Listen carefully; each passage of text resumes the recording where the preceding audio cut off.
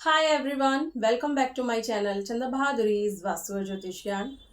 आज की वीडियो में हम अमावस्या दोष के बारे में बात करेंगे। जिस जातक के जन्म के समय में सूर्य और चंद्रमा एक ही भाव में लग्न भाव में होते हैं तो इसे अमावस्या दोष कहा जाता है। ठीक है, इसका मतलब कि जब जातक का जन्म हुआ उस टाइम अमावस्या थी। ठीक है, अमावस्या तिथि थी। जब भी कोई प्लैनेट सूर्य के बहुत ज्यादा क्लोज डिग्री में आ जाते हैं, ठीक है, तो वो ग्रह अस्त हो जाता है। ऐसे ही चंद्रमा भी जब सूर्य के बहुत ज्यादा क्लोज आ जाते हैं, क्योंकि उनकी पावर बिल्कुल खत्म हो जाती है।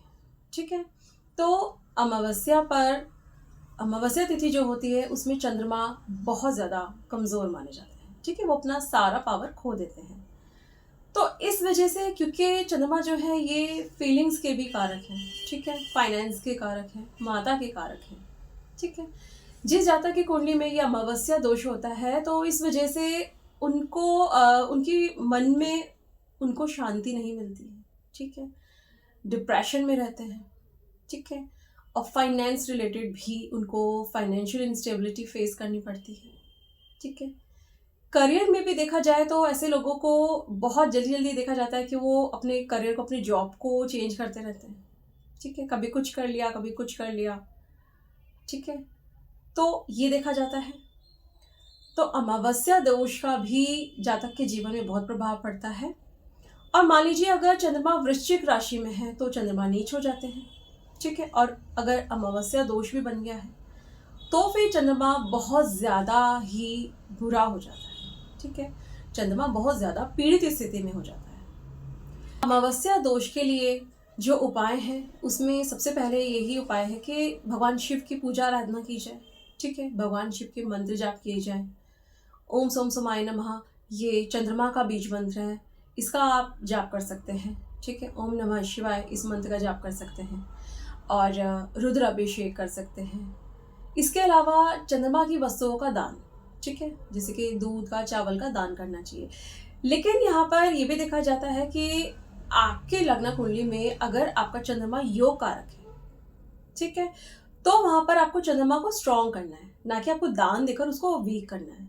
ठीक है, इसके लिए आपको कुंडली परामर्श के बाद ही पता चलता है कि कौन सा ग्रह आपके लिए योग कारक है या मारक है। ठीक है, दोष में है और चंद्रमा वीक हो गए हैं, ठीक है, तो कहीं ना कहीं माता के साथ भी आपके रिलेशन देखे जा सकते हैं कि या तो माता की सेहत खराब रहती है, ठीक है, या तो फिर मदर के साथ आपके रिलेशन अच्छे नहीं रहते हैं, ये भी देखा जाता है। कई बार ये भी होता है कि सूर्य लग्न हाउस में है और चंद्रमा 12th हाउस में है।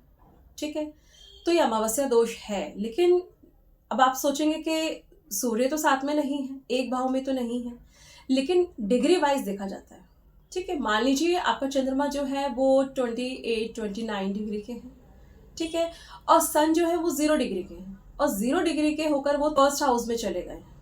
ठीक है, तो फिर देखने में ये लगेगा कि सूर्य और चंद्रमा अलग अलग भाव में है, लेकिन यहाँ पर ग्रहों की डिग्री को देखना बहुत जरूरी है। ठीक है, सूर्य के 10-12 डिग्री तक कोई भी ग्रह अगर क्लोज हो जाते हैं तो वो सूर्य से अस्त हो जाते हैं। ठीक है, तो अगर सूर्य फर्स्ट हाउस में आ गए हैं और चंद्रमा 12th हाउस में है, लेकिन डिग्री वाइज अगर वो बहुत ज्यादा क्लोज हैं तो इसे अमावस्या दोष ही माना जाता है। ठीक है, तो अमावस्या दोष होने के कारण आपको भगवान सूर्य के भी मंत्रों का जाप करना चाहिए और चंद्रमा के भी मंत्रों का जाप करना चाहिए। ठीक है, साथ साथ भगवान शिव की पूजा आराधना करना चाहिए। ठीक है, और क्योंकि जो अमावस्या होती है इसको विशेषकर पितरों से जोड़ा जाता है। ठीक है, अगर आपकी कुंडली में अमावस्या दोष बना है तो हर अमावस्या पर आपको पीपल के पेड़ पर जल चढ़ाना चाहिए। ठीक है, और अगर आप पीपल का पेड़ लगा सकते हैं और उसकी सेवा कर सकते हैं, केयर कर सकते हैं, ये नहीं कि आपने कुछ दिन पहले पेड़ लगाया है और फिर वो पेड़ खराब हो गया है, सूख गया है, नहीं, ऐसे नहीं। आपको मंदिर में जाकर पीपल के पेड़ पर जल चढ़ाते हैं तो कम से कम 11 अमावस्या आपको ये उपाय करना चाहिए। ठीक है, मतलब एवरी अमावस्या तिथि जब भी पड़ रही है आपको जल चढ़ाना चाहिए। ठीक है, और बाकी जो भी मैंने आपको उपाय बताए हैं ये उपाय करने चाहिए। इन उपायों को करने से आपके जीवन में जो भी परेशानियां हैं वो धीरे धीरे कम होने लगती हैं। ठीक है, आज की वीडियो में हमने अमावस्या दोष के बारे में बात की। आई होप ये वीडियो आपको पसंद आई होगी। Thank you.